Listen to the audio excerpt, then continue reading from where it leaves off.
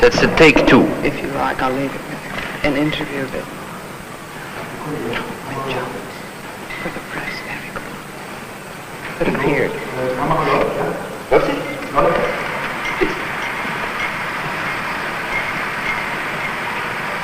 Much of the world, Bung Karno, believes that Indonesia is now very closely aligned with China. Is this true? True in the sense of the word that Indonesia is very much aligned with all progressive forces in the world. Indonesia is very much aligned with the new emerging forces. It's not only with China, but with any country, any nation with progressive ideas, with progressive policy. But look here. When we made our Declaration of Independence, Proclamation of Independence in August 45, I said in my 17th of August speech last, that about that time also,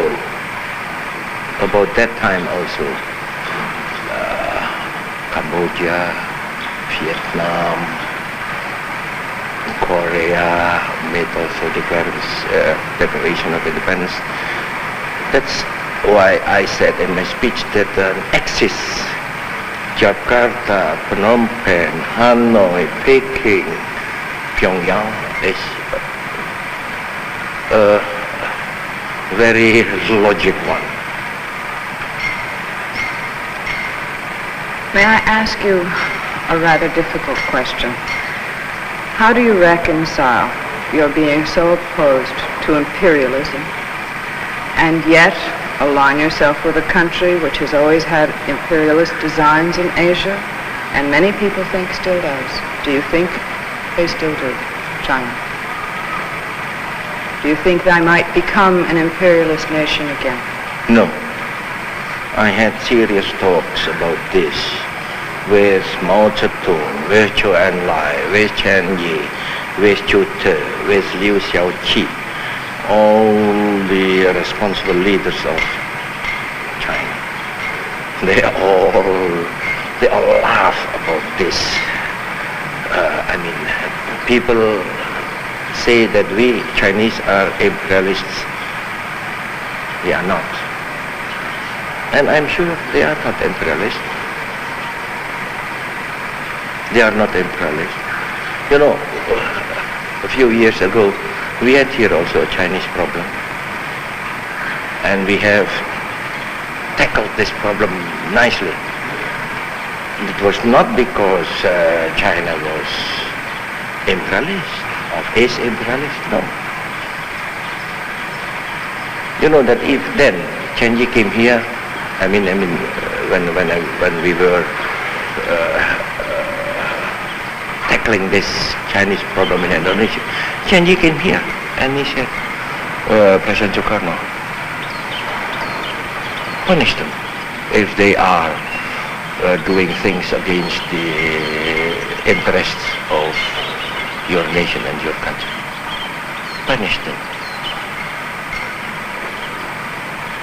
So this is a proof that anyhow that Chen Yi is not imperialist and that China is not imperialist.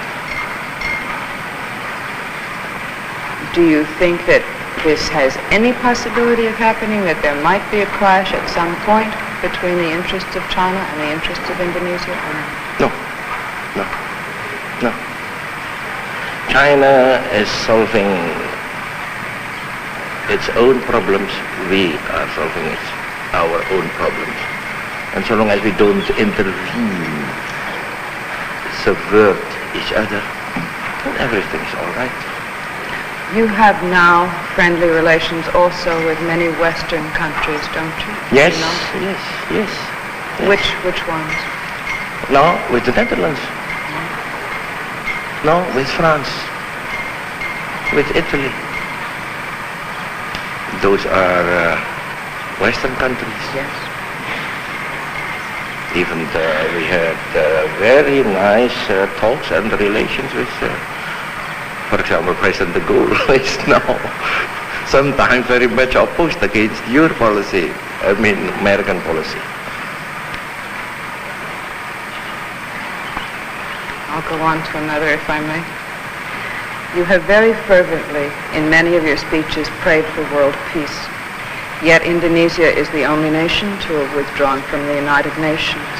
Coincidentally, this is the year of the 20th anniversary of Indonesia's independence, and also the 20th anniversary of the formation of the United Nations. Would you tell us if, perhaps, if you can, if this was an impulsive move? Impulsive, Miss Beryl? How can you speak about impulsive? It was already in 1960, that I made that speech to the United Nations in New York. And then in that speech I elaborated already about the urgent necessity to reorganize the United Nations, because the United Nations of today are not picturing the world constellation of today. The United Nations of today is just a picture of the constellation of the world in 1945. And after 45, so many changes have taken place. So many new Asian states have been established. So many new African states have been established. What would your suggestions be for the most important changes which you have suggested in the past for the changing or amending of the United Nations Charter's organization? In the first place, that the United Nations now are a real reflection of world life of today, not 45's constellation. Today, 60. I uttered it already in 60, and now 65, even more now. Is this regarding the Security Council? Security Council, United Nations Charter, etc., etc., etc., etc. Do you think that the Security Council should be different, and how? Don't put me into details. Right. Anyhow, do you understand that Security Council is not satisfactory to us? And the whole organization of the United Nations also not satisfactory to us. Should it happen that there be any revisions in the United Nations Charter, is it at all possible that Indonesia may rejoin the United Nations? Yes, but not the contrary. What? We shall never come back to the United Nations before a reorganization of the United Nations.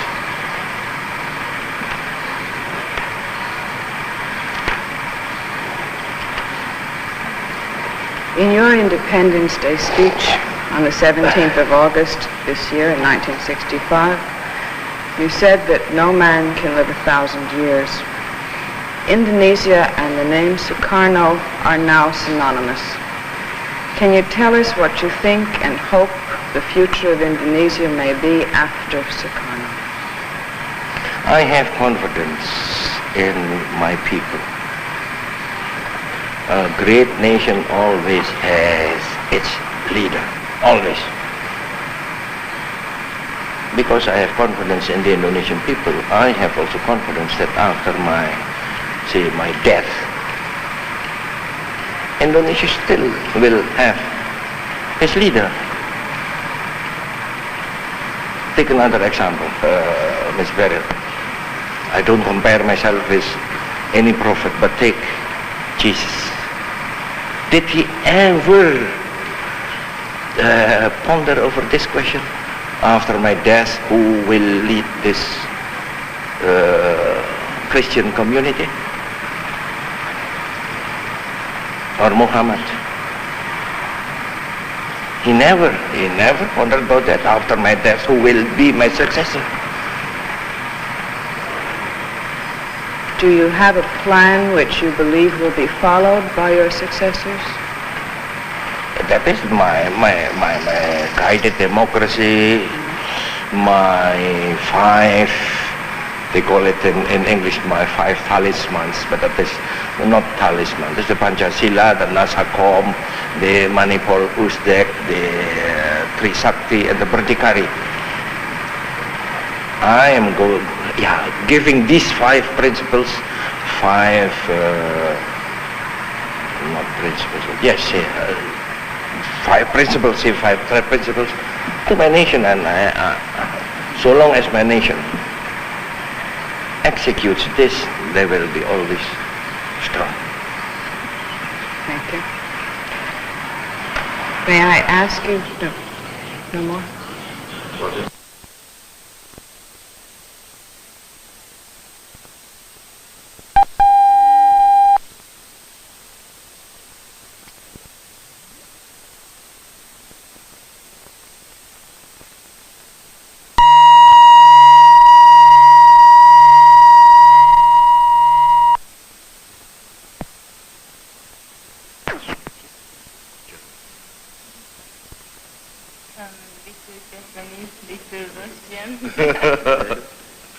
Little Italian, since you obviously have read.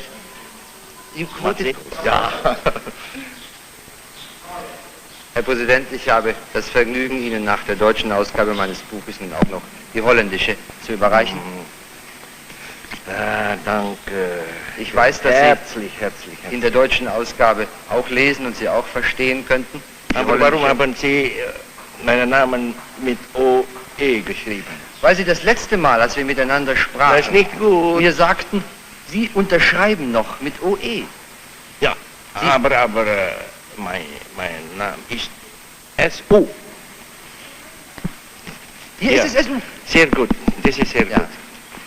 Aber das ist nicht gut. Ich bin Ihrer Unterschrift gefolgt. Die geht noch mit OE. Ah, ja. Sie wollen die nicht mehr ändern. Nein. Wie viele Sprachen, Herr Präsident, sprechen Sie eigentlich?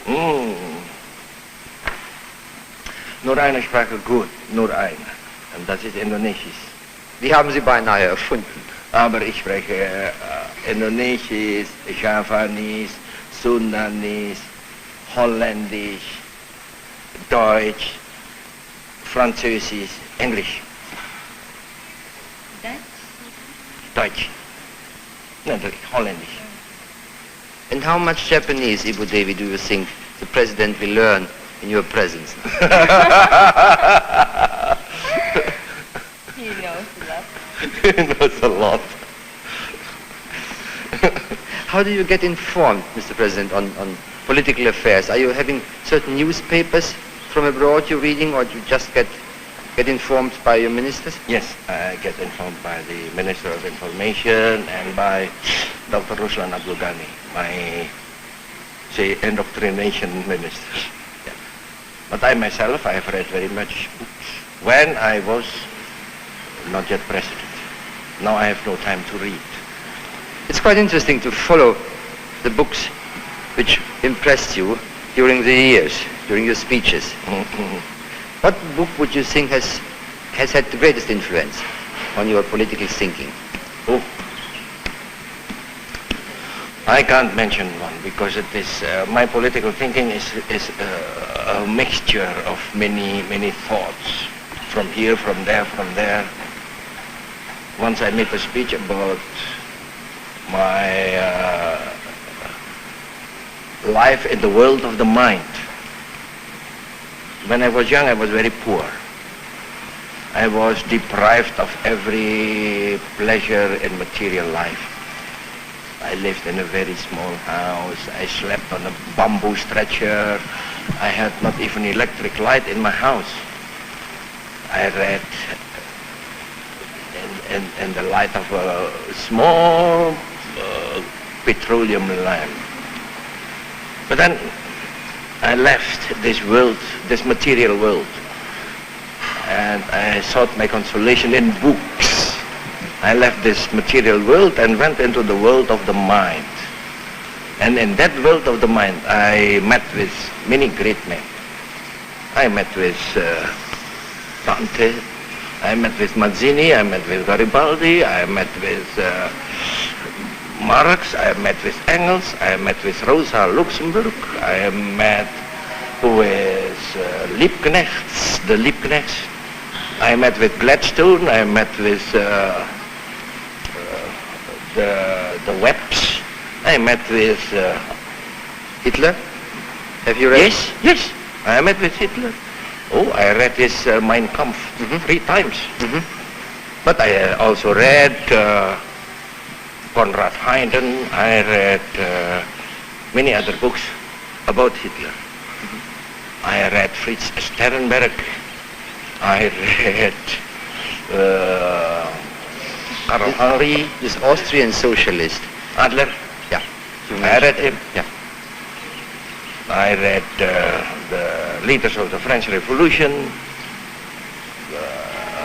Mirabeau, Marat, and also Péronne de Méricourt, the woman leader, Dante, not Dante, Danton, and the Russian socialist. I met with, in the world of the mind, I met and I spoke with. Yes. Plekhanov, I spoke with Lenin, I spoke with Sun Yat-sen from China, I spoke with the leaders of New Japan, with Okuma, with Taigo Takamori. I met with a great nationalist from the Philippines, Rizal, you know, yes. and Manila. So from them, I got ideas. And all those ideas I put in a great jug and I boiled those ideas. Then I came to my own policy. The Pancasila and later also the 5 talismans of the Indonesian Revolution. Yeah. Tell me, Mr. President, what's coming into your mind quite suddenly if somebody mentions Germany? What would jump into your mind? That Germany now is different from Germany before. I know Germany, especially in the early days of the socialist movement. That's why I said, then I met with Liebknecht, with Rosa Luxemburg, with Bebel. I followed Bebel's debate with Jean Jaurès in Brussels. Yeah. They were great leaders. But then came Hitler, and then came the post-Hitler time. I think we leave it like that. I think we leave it like that. Thank you very much. It is a nice end. Thank you.